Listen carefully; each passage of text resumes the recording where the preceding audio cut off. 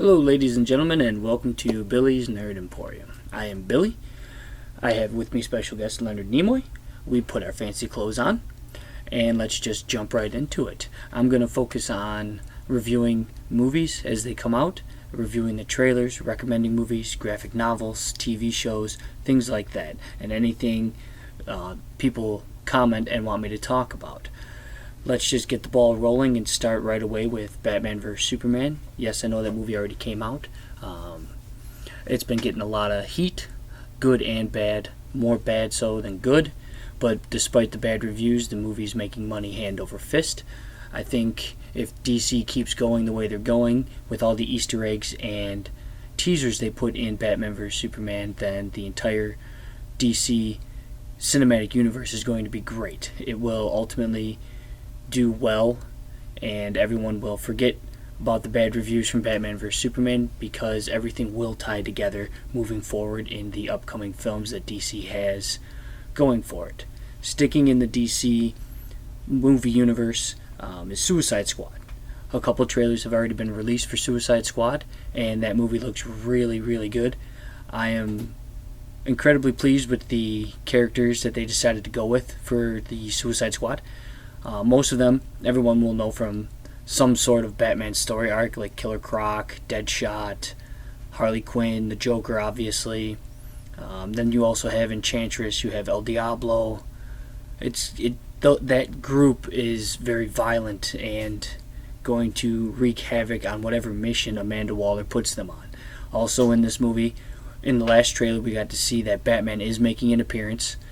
Batman is the central point for the DC Cinematic Universe moving forward. He's going to unite the Justice League, and he's going to have more than just a cameo in Suicide Squad.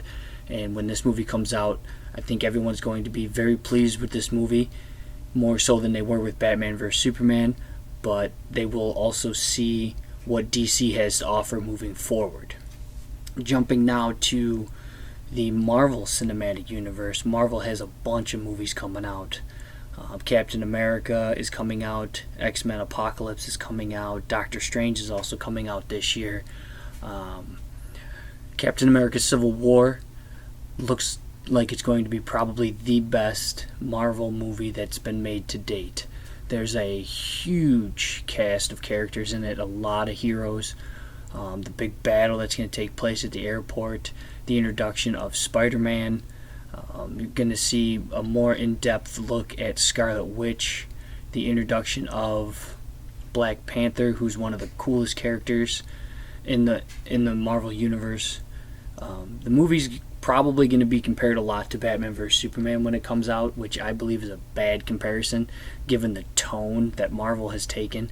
They're a lot lighter, a lot more humor-based in a lot of their films, where DC wants to go with a darker tone and keep it that way moving forward with their other movies. Sure, there'll be jokes and everything like that, but it's going to be a bad comparison given that these are two different styles of movies. But just because there's verses in there and there's a battle that takes place, the comparison will be made, and it'll be a bad comparison. That movie hits theaters in May, the beginning of the month.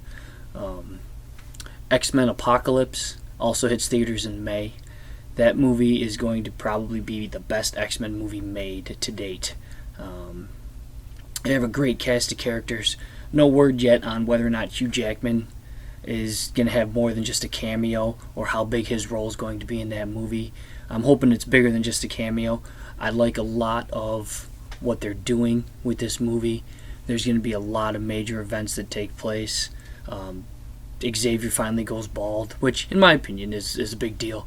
I heard that it's supposed to be a really big event that causes him to lose his hair, so not sure how that's going to take place. I just know that it's more than him just shaving his head off. I like the incorporation of Apocalypse and his four horsemen. I like who they chose. Magneto was never a horseman in the comics, so that's going to be an interesting way. It's going to be interesting to see what they do with his character moving forward with that one in the movie. A lot of action, the special effects look great.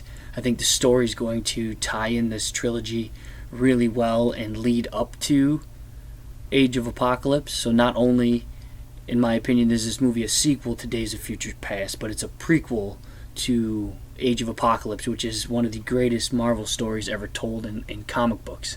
And if they go that route, then we'll see a lot more characters get introduced from the X-Men universe, and it's going to be great moving forward. Wouldn't you agree, Mr. Nimoy? Thought so. Doctor Strange is the next Marvel movie coming out. There's really not much you can compare this movie to with movies that have already come out, but the best comparison you can make, in my opinion, is comparing this one to Guardians of the Galaxy. Guardians of the Galaxy went a completely different way than any Marvel movie made so far. It was an intergalactic movie. It showed the cosmic side with a lot more cosmic beings such as Thanos and Executioner and the Nova Corps and characters like that. So with Doctor Strange, that's going to introduce the whole magical side and all the mysticism that goes with that side of the Marvel Universe, and that's going to also introduce more characters and expand the cinematic universe for Marvel in a completely different way. So I believe that's going to be good. It's going to be hard to get people interested in that because he is such a B character, but in the Infinity Wars, he does have a crucial part because he knows the mystical side. So his character has always been kind of fun for me because it's a different type of hero, and he has a different set of powers than your normal, like Captain America, Iron Man, and heroes like that. I'm very much looking forward to that. It doesn't come out until November, so we have to be a little bit patient on that.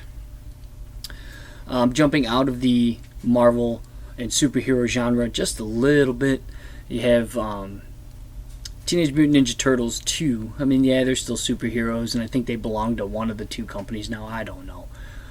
The first one came out, and it was a decent movie. It was entertaining, a lot of special effects, a lot of flashy action scenes. This one, I think, now that we know the characters a little bit more, not that we didn't, but I think Out of the Shadows is going to be a lot better, have a little bit more substance.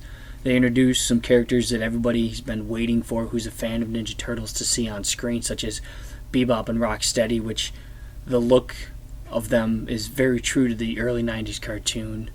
Then you have Krang, who is an alien from Dimension X, which that is finally being introduced. We get to see Krang in his android suit, which is kind of cool because that was always a cool part of the 90s cartoon. So let's hope they do that and do it well.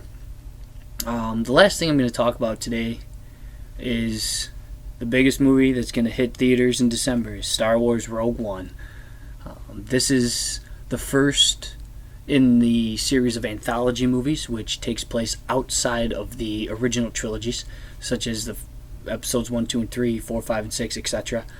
This particular movie takes place before episode 4 starts.